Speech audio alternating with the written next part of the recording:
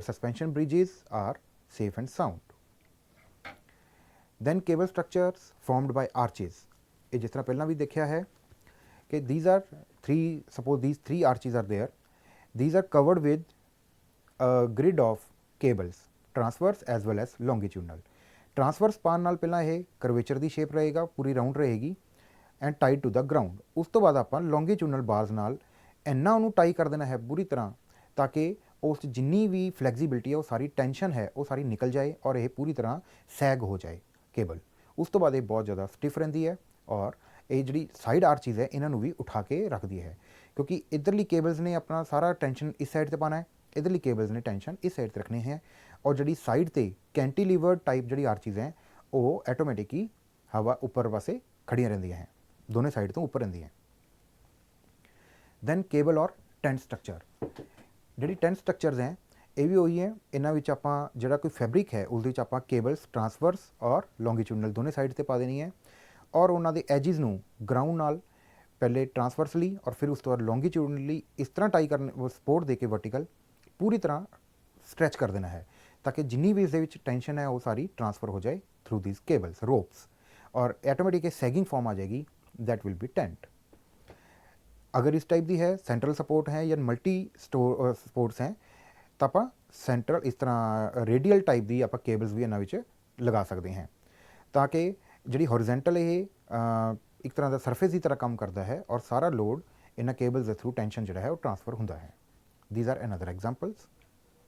This is a view of a tent structure. This is central arch, सारा fabric इस नाल stitch किया होया है। उस तो बाद इनू पहला इत्थे एजिज के उपर मैक्सीमम खिंचता ताकि स्टिफनेस आ जाए। Then upper arch is supported with these cables and the end ये टाई मैंबर है ग्राउंड ते हैं इस साइड के पिछे इनू स्ट्रैच कर दिता तो इन्होंने आर्क नू पूरा सीधा रखना है और जी केबल्स हैं वो सारा टेंट का लोड ट्रांसफर करनगियां। This is another example of tent structure that was situated in German pavilion expo in 1967 Montreal Canada दे विच। एक मल्टी सपोर्ट्स हैं, देख सकते हो हरेक के उपर सैपरेट फैब्रिक है और ये टाई किया गया है एट द जंक्शनस। तो इस दे विच कर्व अपने आप क्रिएट हो जाती है जो मैक्सीमम उसके एजिज कॉर्नरस में आप स्ट्रैच करते हैं, क्योंकि जी इंटरनल केबल्स हैं जी अंदर रोप्स नाल स्टिच किया है वो ऑटोमैटिक ही उसनू रजिस्ट करती है अपोजिट डायरैक्शन के टू द सेंट्रल सपोर्ट और स्टिफ टाइप जी स्ट्रक्चर है अपने को तैयार होती है।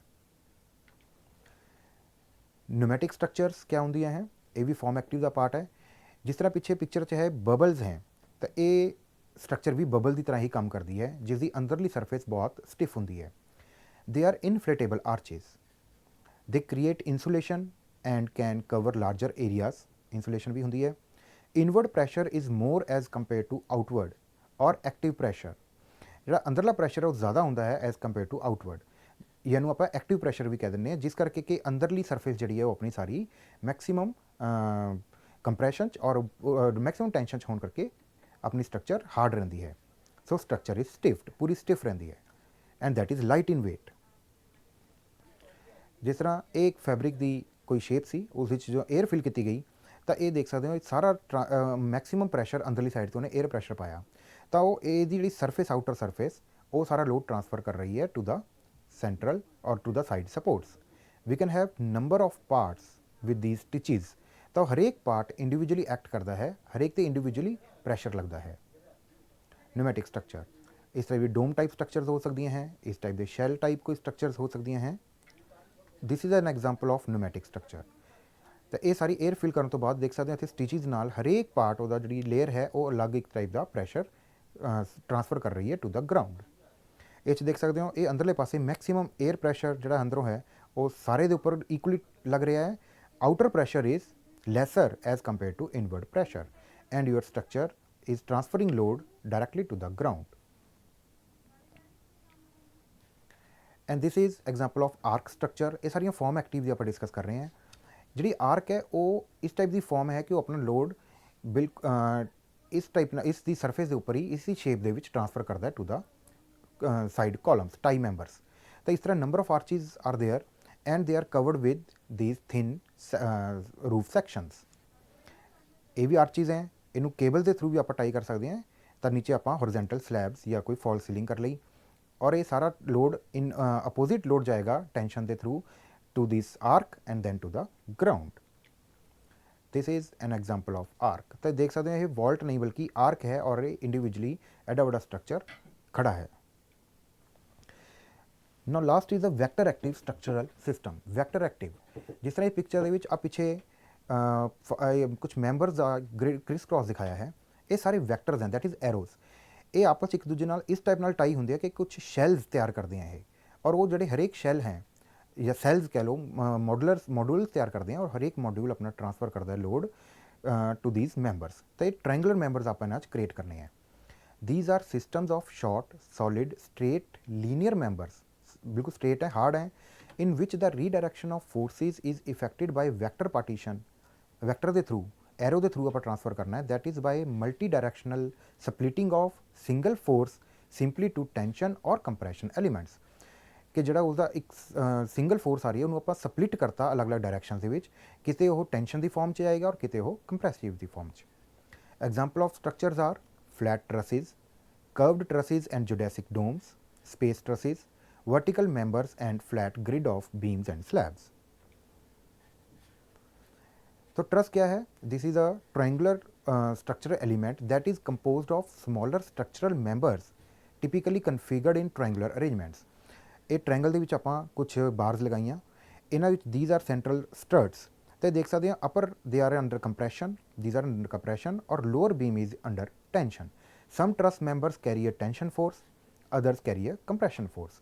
दिस इज फ्लैट ट्रस, तो जो ऊपर वेट पै रहा है तो this is under compression, lower bottom is under tension. Behaviour of trusses is for flat truss उसकी टेंडेंसी है बीम की तरह सैग हो जाती। तो इसके जो वर्टिकल मैंबर और अपर मैंबर हैं they are under compression, C stands for compression, and जो डायगनल स्ट्रट्स हैं और horizontal they are under tension. तो इक्वली इतने टेंशन तो कंप्रैशन डिस्ट्रीब्यूशन है, so your structure is safe. अगर वो ट्रायंगल है तो देख सकते हो upper members diagonal members are under tension, अभी देख सकते हो इतने, और ये अपना लोड इतों उस तो बाद डिस्ट्रीब्यूट हो जाता है multi directional, one on this side one on this side. ये अगे फर्दर जाके half on this side half on upper side. तो ये हर एक इंडिविजुअल ट्रायंगल अपना लोड रजिस्ट करती है and your structure is safe. This is north light truss, ये फ्लैट ट्रस के थ्रू है और आप स्लैब्स नाल कवरिंग कर सकते हैं। इस टाइप की स्ट्रक्चर भी आप कर सकते हैं। तो हर एक मैंबर टेंशन तो कंप्रैशन एक्ट होने करके अपनी स्ट्रक्चर आप लॉन्गर स्पैन के बड़े बड़े स्पैन के नाल तैयार कर सकते हैं। This is space frame. जिस तरह एग की ट्रे होंगी है, अगर उसको आप इन्वर्टिड कर दीए, उसकी सरफेस हॉलो कर दीए, only reinforcing bars are there, तो जोड़े खाली इस तरह के पिरामिड्स बन जाएंगे, उन्होंने जी ग्रिड है दैट इज़ स्पेस फ्रेम। ये भी उस तरह सारे टेंशन इतों इक्वली डिस्ट्रीब्यूट करके हर एक मैंबर इंडिविजुअली एंड ते आके अपने हॉरिजेंटल बीम के उपर टेंशन तो कंप्रैशन दिंदा होया एंड के उपर कॉलम से सपोर्ट करता है। जियोडेसिक डोम के विच अगर आप ट्रायंगुलर मैंबर्स को अटैच करके एक शीट तैयार करिए और अल्टीमेटली वो हौली हौली कर्व की शेप ले लेंदी है, that is geodesic dome, that was designed by Buckminster Fuller. This is geodesic dome. ये देख सकते हो इतने डायगनल सारे इस टाइप के कितने सारे कर्व्स हैं और हर एक कर्व अपने आप जिस तरह पेंटागन की शेप बन गई, then this is further divided into number of triangles. तो ये ऑटोमैटिक शेप एक कर्व की आ जाती है। तो this is geodesic dome, this is another geodesic dome. This is the picture. इतने हैग्जागन मैंबर्स है, जिस तरह फुटबॉल होंगी है, तो हैग्जागन बनाए उस तो बाद उसके फर्दर स्मॉल ट्रायंगल्स। तो ये जो इस तरह की बहुत सारी आप मैंबर्स या सैल्स इन्हों जोड़ांगे then it will be a curvature. ये पिक्चर देख सकते हो, इसका शैल एडा बड़ा है कि पूरे साइड के अकॉर्डिंग ये अलग ही झाक रहा है। This is the interior view of the airport concourse. जिस तरह ये सारी स्पेस फ्रेम के नाल कितना बड़ा span without any intermediate support, without any column.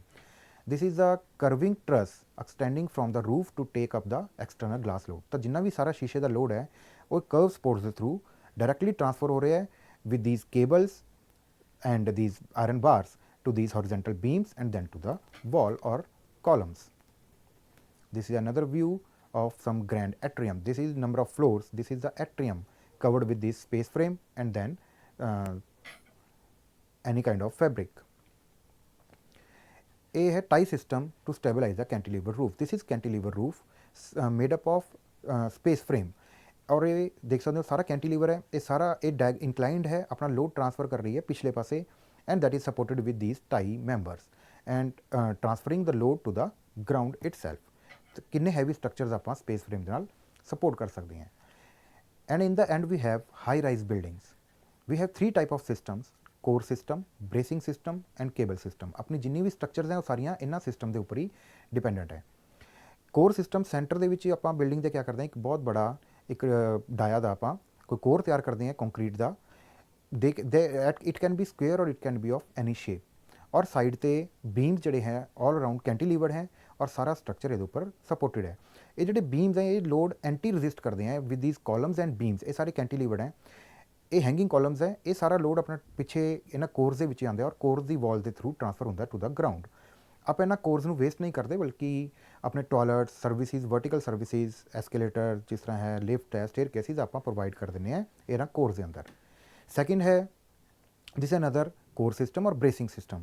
ਬ੍ਰੇਸਿੰਗ ਦੇ ਵਿੱਚ ਆਪਾਂ ਫਲੋਰਸ ਦੇ ਬੀਮਸ ਨੂੰ ਇਸ ਤਰ੍ਹਾਂ ਕ੍ਰਿਸ ਕ੍ਰਾਸ ਮੈਂਬਰਸ ਨਾਲ ਅਟੈਚ ਕਰਦੇ ਹਾਂ ਤਾਂ ਕਿ ਇਹਦੀ ਜਿਹੜੀ ਜਦੋਂ ਉੱਪਰ 에ਅਰ ਪ੍ਰੈਸ਼ਰ ਹੈ ਤਾਂ ਇਹਦੀ ਟੈਂਡੈਂਸੀ ਇਸ ਸਾਈਡ 'ਤੇ ਮੂਵ ਕਰਨ ਦੀ, ਇਸ ਸਾਈਡ 'ਤੇ, ਤਾਂ ਉਹ ਆਪਸ 'ਚ ਇੱਕ ਦੂਜੇ ਨਾਲ ਇਹ ਸ਼ੌਕਰ ਦੀ ਤਰ੍ਹਾਂ ਕੰਮ ਕਰਦੇ ਆ. ਇਹ ਰesiस्ट ਕਰਦਾ ਹੈ ਤਾਂ ਆਪ ਇੱਕ ਦੂਜੇ ਨਾਲ ਬੈਂਡ ਨਾ ਹੋਣ, ਇਹ ਇਹਨਾਂ ਨੂੰ ਬੈਂਡਿੰਗ ਨੂੰ ਰੋਕਦਾ ਹੈ ਔਰ ਇਹ ਬ੍ਰੇਸਿਸ ਆਪਣਾ ਲੋਡ ਟ੍ਰਾਂਸਫਰ ਕਰਦੀਆਂ ਦੀਜ਼ ਵਰਟੀਕਲ ਕॉलम्स ਔਰ to the core and then core to the ground. This is cable system. ਜਿਹੜੇ ਸਾਈਡ ਕॉलम्स ਹੈ ਉਹਨਾਂ ਦੇ ਵਿੱਚ ਆਪਾਂ ਕੇਬਲਸ ਪਾ ਦਿੰਦੇ ਹਾਂ ਔਰ ਇਹ ਸਾਰੀ ਕੇਬਲਸ ਆਪਣੀ ਟਾਈ ਹੁੰਦੀਆਂ with these beams and central core. ਤਾਂ ਜਿੰਨਾ ਲੋਡ ਹੈ ਇਹ ਬੀਮ ਕੈਂਟੀਲੀਵਰ ਹੈ ਤਾਂ ਇਹ ਸਾਰਾ ਇਹਦੀ ਟੈਂਡੈਂਸੀ ਨੀਚੇ ਗਿਰਨ ਦੀ ਹੈ, ਤਾਂ ਇਹ ਐਂਟੀ ਰesiस्ट ਕਰਦੇ ਹੋਏ ਜਿਹੜੀ ਟੈਂਸ਼ਨ ਹੈ ਜਾਂ ਐਂਟੀ ਟੈਂਸ਼ਨ ਹੈ ਉਹ ਸਾਰੀ ਇਹਨਾਂ ਕੇਬਲ ਥਰੂ ਅਪਰ ਜਾਂਦੀ ਹੈ, ਯਾਨੀ ਕਿ ਉੱਪਰ ਡਾਇਰੈਕਸ਼ਨ ਜਾਂਦੀ ਹੈ ਅਪੋਜ਼ਿਟ ਡਾਇਰੈਕਸ਼ਨ 'ਚ, and then to the core and then to the ground, vertically ground. ਤਾਂ ਇਹ ਅਪੋਜ਼ਿਟ ਯਾਨੀ ਕਿ ਐਂਟੀ ਕਲੌਕਵਾਈਜ਼ ਇਸ ਤਰ੍ਹਾਂ ਦਾ ਸਟਰਕਚਰ ਕੰਮ ਕਰਦਾ ਹੈ. This is another form of bracing ਜਿਹਦੇ ਵਿੱਚ ਕਿ ਇੰਡੀਵਿਜੂਅਲ ਫਲੋਰ ਨਹੀਂ, ਮਲਟੀ ਫਲੋਰਸ ਨੂੰ ਆਪਾਂ ਬੜੇ ਬੜੇ ਬ੍ਰੇਸਿਸ ਨਾਲ ਅਟੈਚ ਕਰਤਾ. ਸਾਰਾ ਸਕੈਲਟਨ ਬਿਲਡਿੰਗ ਦਾ ਆਪਾਂ ਤਿਆਰ ਕਰਤਾ ਵਿਦ ਦੀਜ਼ ਬ੍ਰੇਸਿਸ. ਅਤੇ ਜਿਹੜਾ ਆਊਟਰ ਕਰਵੇਚਰ ਹੈ ਉਹ ਸਾਰਾ ਲੋਡ ਆਟੋਮੈਟਿਕ ਲੈ ਲੈਂਦਾ, ਅਤੇ ਇਸ 'ਚ ਆਪਾਂ without core we can distribute our load to these braces and your building is safe. So this is an example of bracing system. ਇਹ ਦੇਖ ਸਕਦੇ ਹੋ ਵਰਟੀਕਲ ਟਾਵਰ ਹੈ ਇੱਕ, ਅਤੇ ਇਸ ਦੇ multi floors they are supported with these braces. Similarly here these are the bracings. ਤਾਂ ਇਸ 'ਚ ਜਿਹੜੀ ਦੋਨੋਂ ਸਾਈਡ ਤੋਂ ਜਿਹੜੀ 에ਅਰ ਪ੍ਰੈਸ਼ਰ ਪੈਂਦਾ ਹੈ ਤਾਂ ਇਹ ਬਿਲਡਿੰਗ ਮੂਵ ਨਹੀਂ ਕਰਦੀ. ਲੈਫਟ ਰਾਈਟ ਜਿਹੜੀ ਉਹਦੀ ਟਰਨਿੰਗ ਹੈ ਉਹ ਆਪਣਾ ਲੈਫਟ ਸਾਈਡ ਦਾ ਜਿਹੜਾ ਫੋਰਸ ਹੈ ਉਹ ਇਹਨਾਂ ਡਾਇਗਨਲ 'ਤੇ, ਰਾਈਟ ਸਾਈਡ ਦੀ ਫੋਰਸ ਇਹਨਾਂ 'ਤੇ, ਔਰ ਉਹ ਆਪਸ 'ਚ ਇੱਕ ਦੂਜੇ ਨਾਲ ਕ੍ਰਿਸ ਕ੍ਰਾਸ ਕਰਦੀਆਂ ਹੋਈਆਂ ਕੁਝ ਟ੍ਰਾਂਸਫਰ ਕਰਦੀਆਂ horizontal beams somewhat how to the vertical columns and then ਆਪਸ 'ਚ ਇਹ ਨਿਊਟਰਲਾਈਜ਼ ਹੋ ਜਾਂਦੀਆਂ ਹੈ ਇਸ ਪੁਆਇੰਟ 'ਤੇ ਆ ਕੇ, and your building is more safer as compared to simple multi-story building with the help of column or frame structure. This is the picture of another skeleton, another tower skeletoned with these bracing members, a criss-cross bracing, vertical columns, horizontal beams, और किन्ने multi floors ਨੂੰ ਆਪਾਂ ਜੋੜ ਕੇ ਕਿੰਨੇ ਸਾਰੇ floors ਨੂੰ ਇੱਕ ਬੜੇ ਬੜੇ ਕ੍ਰੋਸਿਸ ਨੇ, ਬ੍ਰੇਸਿਸ ਨੇ ਜੋੜਿਆ ਹੈ. ਤਾਂ ਇਹ ਸਾਰੇ ਟਾਵਰ ਜਿਹੜੇ ਹੈ ਇਸ ਟਾਈਪ ਦੇ ਵਰਟੀਕਲ ਟਾਵਰ ਆਪਾਂ ਇਹਨਾਂ ਤਿੰਨ ਸਿਸਟਮਸ ਦੇ ਕੋਰ ਸਿਸਟਮ, ਕੇਬਲ ਸਿਸਟਮ ਔਰ ਬ੍ਰੇਸਿੰਗ ਸਿਸਟਮ ਦੇ ਨਾਲ ਬਣਾ ਕੇ ਆਪਾਂ ਆਪਣੀ ਫਾਰਮਸ ਨੂੰ ਸੇਵ ਕਰ ਸਕਦੇ ਹਾਂ. ਇਹ ਸਾਰੇ ਸਿਸਟਮ ਵੀ ਜਿਹੜੇ ਹੈ ਉਹ ਵੈਕਟਰ ਐਕਟਿਵ ਦੀ ਤਰ੍ਹਾਂ ਜਾਂ ਫਾਰਮ ਐਕਟਿਵ ਦੀ ਤਰ੍ਹਾਂ ਹੀ ਕੰਮ ਕਰ ਰਹੇ ਹੈ ਔਰ ਇਸ ਤਰ੍ਹਾਂ ਆਪਣਾ ਜਿੰਨਾ ਵੀ ਸਟਰਕਚਰ ਸਿਸਟਮ ਹੈ ਉਹ ਸਾਰਾ ਇਹਨਾਂ ਦੇ ਉੱਪਰ ਹੀ ਬਿਹਾਫਡ ਹੈ, ਬੇਸਡ ਹੈ. ਤਾਂ ਇੱਥੋਂ ਇਹ ਵੀ ਹੈ ਕਿ ਜਿੰਨੀ ਵੀ ਆਪਣੀ ਵਰਲਡ ਦੇ ਵਿੱਚ ਜੋ ਵੀ ਕੋਈ ਪ੍ਰੋਡਕਟ ਹੈ, ਕੋਈ ਵੀ ਸਟਰਕਚਰ ਹੈ, ਉਹ ਇਹਨਾਂ ਸਿਸਟਮਸ ਤੋਂ ਬਾਹਰ ਨਹੀਂ, ਹਰੇਕ ਸਿਸਟਮ ਕਿਤੇ ਨਾ ਕਿਤੇ ਉੱਥੇ ਐਕਟ ਕਰ ਰਿਹਾ ਹੈ, ਆਈਦਰ ਫਾਰਮ ਐਕਟਿਵ ਔਰ ਬਲਕ ਐਕਟਿਵ ਔਰ ਸਰਫੇਸ ਐਕਟਿਵ, ਕਿਸੇ ਨਾ ਕਿਸੇ ਸ਼ੇਪ ਦੇ ਵਿੱਚ ਉੱਥੇ ਉਹ ਕੰਮ ਕਰਦਾ, ਤਾਂ ਹੀ ਆਪਣੀ ਬਿਲਡਿੰਗ ਸੇਫ ਰਹਿੰਦੀ ਹੈ. So thanks for your patience. Thank you very much.